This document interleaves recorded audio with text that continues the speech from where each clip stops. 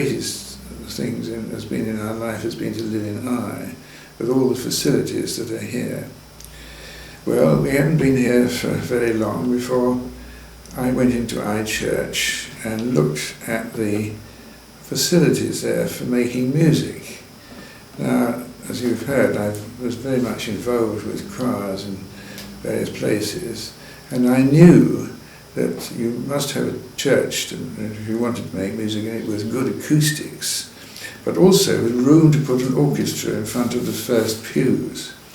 And there, as I went into Eye, what did I see but marvellous acoustics, and also saw that there was a room for an orchestra and a choir. So we let it be known through various friends, through Cavendish Morton's wife and Alan Durand, that we'd quite like to start a choir in Eye. And that was in 1974. In our 1984 celebratory notes we wrote, at number 42 Church Street, Eye, there is a little notice which reads, "It was in this music room that the Eye Bach Choir first met in the 2nd of January 1974. The first meeting was a remarkable occasion.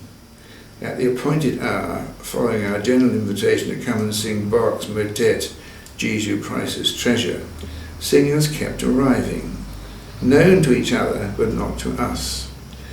No one knew how many more were likely to arrive. As wave after wave of people came, we soon ran out of chairs. However, the stairs saved us, and batches of newly arrived sopranos were told by earlier arrivals to take their places on the steps above. That section of singers seemed to reach the sky. Only the feet of some of them could be seen from where the conductor was standing, but the sound was glorious from those 35 singers.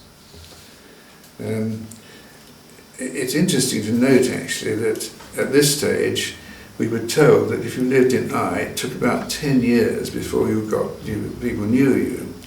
But my word, once we'd started the choir, they were queuing up just to join the thing, and we had no problem being recognised, of course.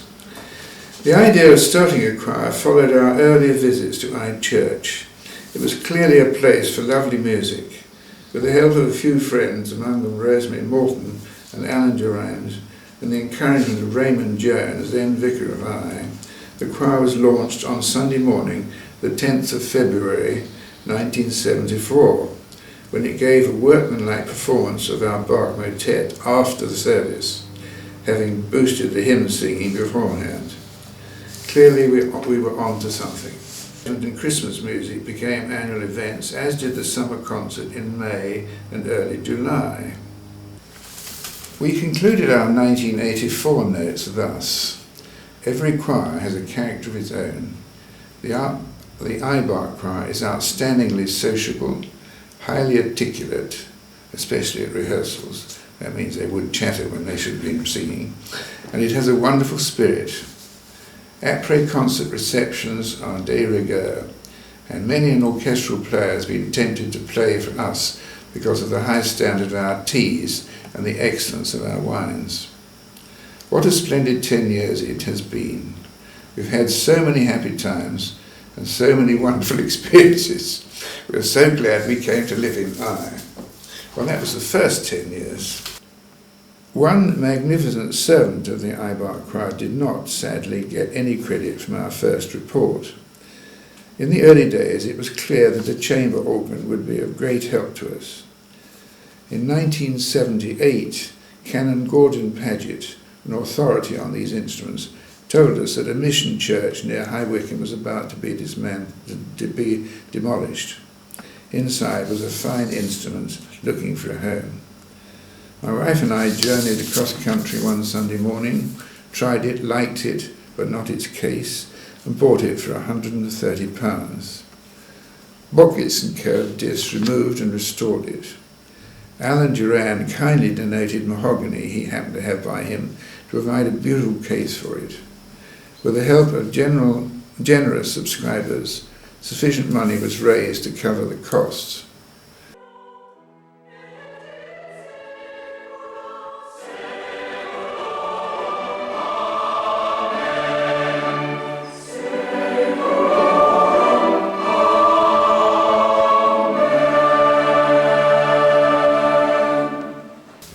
that, I wrote an epilogue. I have decided that it is in the best interest of the Eye Bach Choir that I should retire as its musical director at the end of this season. Times have changed, fresh ideas and considerable stamina are needed. After conducting amateur choral societies and orchestras in various parts of the country for over 40 years, these virtues I now lack. The Eye Bach Choir is in excellent form both musically and socially. It is poised for another successful decade.